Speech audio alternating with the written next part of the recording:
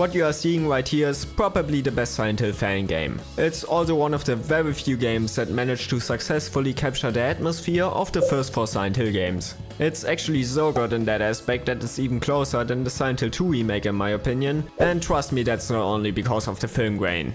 Unsurprisingly, considering that it's in the title, I'm talking about Silent Hill Alchemilla. It was developed for about 6 years and finally released in 2015 by White Noise Team, which I assume is a reference to White Noise from Silent Hill 2. And is actually a mod for Half-Life 2 instead of a standalone game. But don't worry if you don't own it, because you don't need it in order to play Silent Hill Alchemilla. But why is it so good and interesting?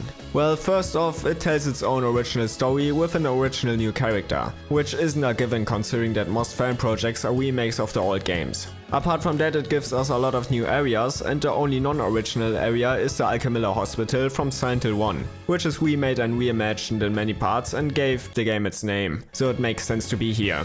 Obviously the atmosphere is great as well, like I already said, and it features a lot of Silent Hill-like puzzles. But let's dive into it a bit deeper, because not all is great.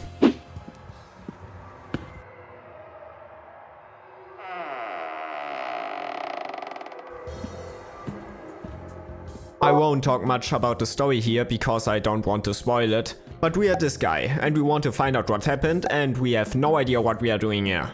So basically just like me in real life. But I can tell you that the story is decent enough, will probably surprise you, and most of the time it's not too cheesy, although there are some small moments. My personal hell.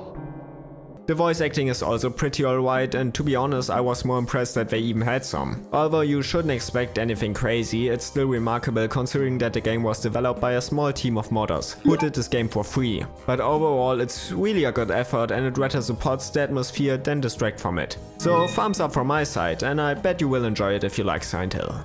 The gameplay can be less enjoyable at times. Don't get me wrong, the game does many things right and is very enjoyable most of the time, but there are some very important things that everyone who is interested in playing it should be aware of. Firstly, the game doesn't feature any enemies. Fair enough, you can still die by falling off cliffs or through holes, which can actually happen faster than you think, so look out for them. There are also some other instances where the game does something to put you in danger, which I also won't spoil here, but it's actually pretty cool and Silent Hill-like. But apart from that, there's no real danger. This doesn't make the game any worse and was actually the aim and intended to be like this, but it's still unusual for Silent Hill. I mean, even Shattered Memories had enemies, and that game basically just consists of running around and solving easy puzzles. Anyway, in return it focuses a lot on the atmosphere, environments, and especially the puzzles to make the game fun. And to be honest, I would argue that this was actually a very good decision, because the game excels at these parts, most of the time. Basically everything looks very much alike to the games, is full of details, and even pretty gruesome every now and then, so you definitely get some horror here, even without enemies. There are also a lot of cool references to the games. For example, the save symbol is the circle from Silent Hill 3, some enemy models from the games are used, certain locations and environmental details are heavily inspired or even copied from the original games. There are the weirdly long stairs and elevator rides, and even more like the Silent Hill 2 reference. I'm alone there now. In our special place.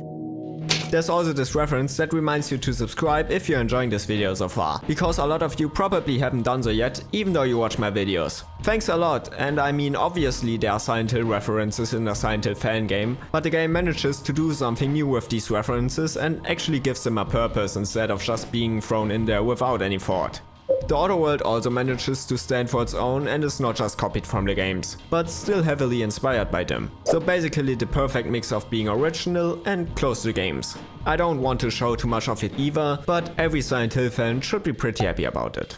So what is the problem if all these aspects are good? Well, the puzzles. And the puzzles itself are actually pretty good and creative, especially because they didn't just copy the puzzles from the original games, but actually thought of plenty of new ones with some very cool features. For example, here you have to develop an image step by step with some instructions on a note, which isn't super hard but increases the realism and immersion. And most puzzles are just as good and have a very good concept as well. Unfortunately, the problem lies in the way the puzzles are tracked, because they aren't. There are plenty of instances where you have to memorize a lot of details for some puzzles and run back and forth between several rooms without any way to look at notes and without any map. Apart from that, notes are not transcribed like in most other games, so some of them can be very hard to read.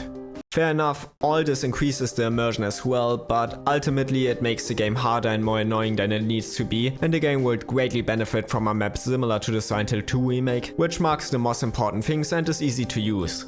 Because of this, I heavily recommend everyone to make notes and maybe even draw your own maps from the areas if you want to play without the help of guides, because otherwise you might be in for a hard, confusing and frustrating time, especially because the puzzles can be fairly cryptic without context of some environmental details or notes, depending on what you find first. They are fairly obvious and make sense though once you solve them, which makes sense but isn't a given in Silent Hill. So you don't have to worry about them being super hard, but you have to make sure to keep all the details like writings on the wall and such in mind. But of course this doesn't mean that you won't enjoy exactly this aspect of the game, so you have to ask yourself if you like games with no handholding at all, because if you do, then you're going to have a great time. But I have a big skill issue, and if you have that as well, then you want to either make a lot of detailed notes or use a guide if you need help. Last but not least, I want to talk about the soundtrack that was composed by Ronnie Scholtes, who actually has a YouTube channel with a single video and a SoundCloud profile. I will link it in the description so you can listen to it for yourself, because the soundtrack is actually pretty damn good and very similar to Yamaoka's work for the real Silent Hill games. Like the rest of the game, it's heavily inspired, but he still did his own thing, and it doesn't just sound like the greatest hits compilation of the original soundtrack. There are some very atmospheric songs, some real bangers like the main theme, which reminds me of the original Silent Hill theme and is arguably even as good if you ask me.